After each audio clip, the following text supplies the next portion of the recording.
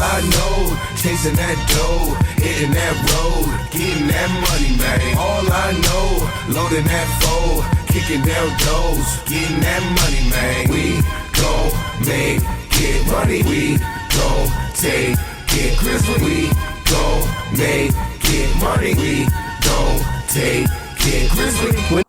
The next topic we're going to discuss on Boxing Bros are comments made by Derek Chisora. Derek Chisora believes that AJ's existence has made other fighters richer. Let's take a listen to what Derek Chisora had to say about Anthony Joshua's presence in the sport of boxing. This video appears courtesy of Talk Sport.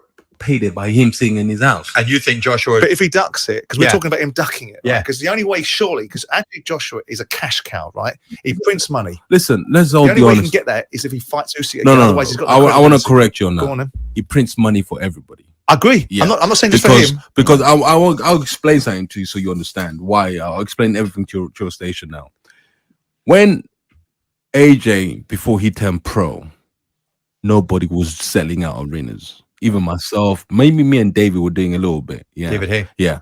And when AJ came up on the scene, yeah, we had different of people who were interested in boxing. Mm-hmm. Yeah.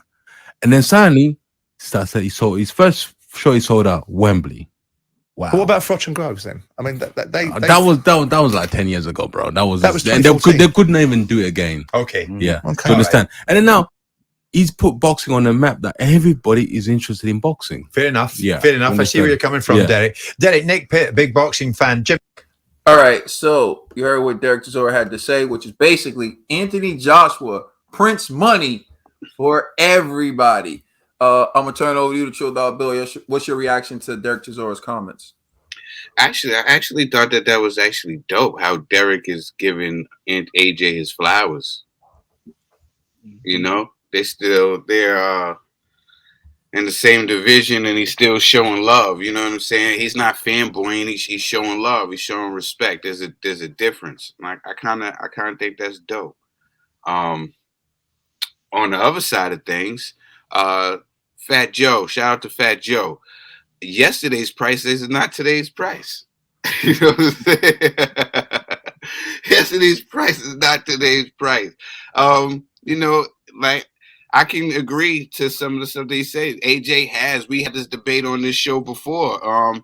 Please check out our old episodes when you got a time. You know what I'm saying? Like we talked about it before. AJ being a huge star and bringing other eyes and stuff to the sport, you know, different the ladies and other people, you know, fans and celebrities. Like yeah. You know, and different celebrities and stuff like that, you know, bringing awareness to the sport. So I can definitely dig what Chisora is saying because, yeah, I can see he made it so that yesterday's price is today's price for a lot of people, you know. So shout out to Chisora for showing AJ love, and shout out to AJ too, you know, for bringing a certain type of star power because we definitely talked about it before, how AJ brought a lot of excitement and a lot of new fans to the sport. All right, Conspiracy G. Yeah, I agree 1,000% with Chisora on this. You know, AJ, he had the total package, you know, like he had the pause. He had the look, you know what I mean? Like he had the physical attributes. He was handsome, he's articulate, he had impressive knockouts, he has the power, you know, so you could brand this guy as the new face of boxing, you know, and so when you do that, more casuals want to see you. They want to see you perform. They'll go out to those arenas, you know, they'll travel, they'll go out of the country to follow you and all of that stuff. So AJ raised the stakes, you know, for everyone. So if I'm going up against AJ, yeah, maybe in my last couple of fights I was making like 100,000. I'm going up against AJ. I want a couple million. You know what I'm saying? And you know, it could get done because of all the money that he generates, right? All you got to do is just show up and try to beat him. So Chisora was 100% correct. And the fact that he used himself as an example, him and David Hay, he's like, yo, we weren't selling out arenas prior to AJ coming on the scene. That's real. You know, like we could all see that. You know, let's just be 100. Like AJ and Eddie Hearn, man, they got a good formula going. Like he made the heavyweight division exciting again. You know what I'm saying? And then not just that, then add on his antagonist, Deontay Wilder. There was a storyline. You know what I mean? And all of that, all of those things, all the variables equated to AJ being a major cash cow. You know, and anyone close is probably right now is maybe Canelo. You know what I'm saying? Like, but other than that, there's not too many major cash cows in this boxing industry. And AJ had all the tools to become a success. So if you could get a fight with AJ, it's a no-brainer. You're going to try to negotiate the highest payday of your career because at least even if you lose, you could retire happy. All right, TVE. Yeah, this isn't Chisora's first time. Like, you know, when AJ lost against Ruiz, Chisora was out here saying AJ is the reason why they having the heavyweight division is the way it is. He's like the one that dropped is the big draw out here. He's the reason why we all get paid. And I totally agree. And I'm gonna go a step further. I'm saying maybe Chisora out here knowing what's going behind the scenes and knowing like my man, he's got some insight what's going on. So I don't be no conspiracy theorist or nothing like that. But I feel real happy and confident that AJ got the second time. So Chisora, keep doing what you're doing, keep doing these interviews, and keep speaking on behalf of my man Anthony, y'all. So Keep giving that faith.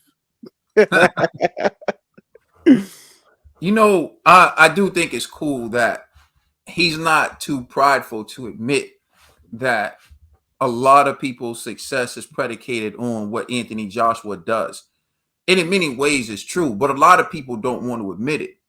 Anthony Joshua's popularity has brought fans to the sport, but it's also generated revenue for Matchroom Boxing and all of its affiliates to the point where they can afford to make certain fights and they can afford to pay certain fighters a certain type or a certain purse for those fights. And if you don't want to acknowledge it, you can do that, but you have to be realistic. And he backed it up with facts. Like fighters weren't selling out stadiums.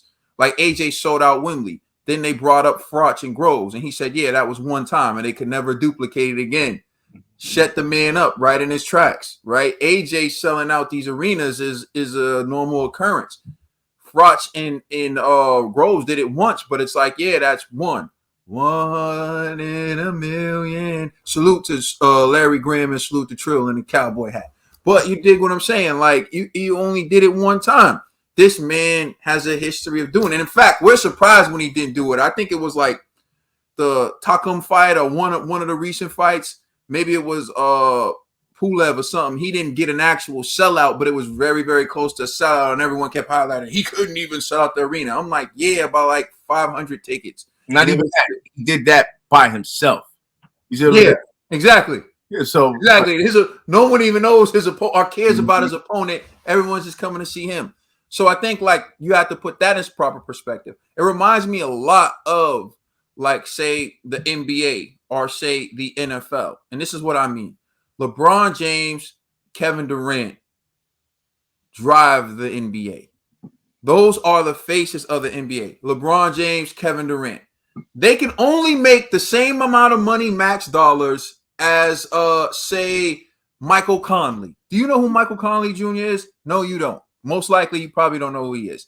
But he, at one point, made the same amount of money as LeBron James and Kevin Durant because they have a max salary.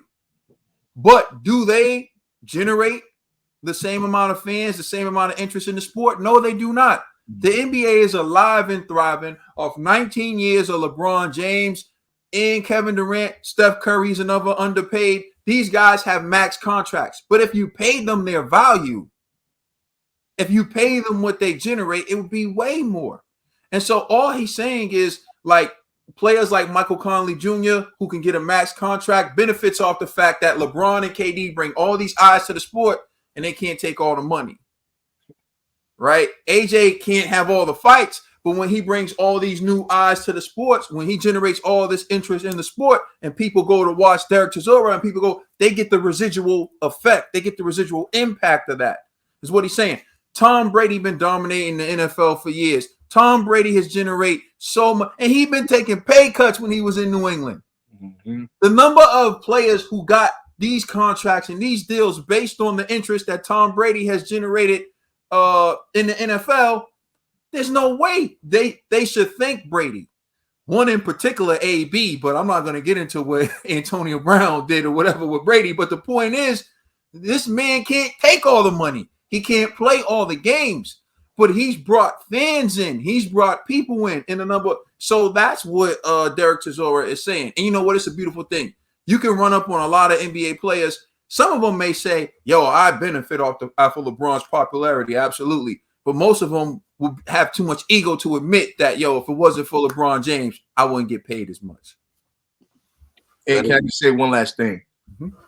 And if Wilder and Tyson Fury were honest, they would acknowledge AJ's greatness as well, because these guys go out their way to bring up AJ when they're doing interviews or whatever, because they know that just being connected to AJ somehow promotes their careers as well, and they generate more money. If there was no AJ in this heavyweight division, man, these guys' purses would be a lot smaller. So they can say what they want, but man, AJ is like the battery of the heavyweight division. Let us know how you feel in the comment section. Please like and subscribe. Check us out on Instagram and Twitter. And please check out our podcast on all major streaming services. This is our 100th episode, and we are the You're welcome. You're all welcome.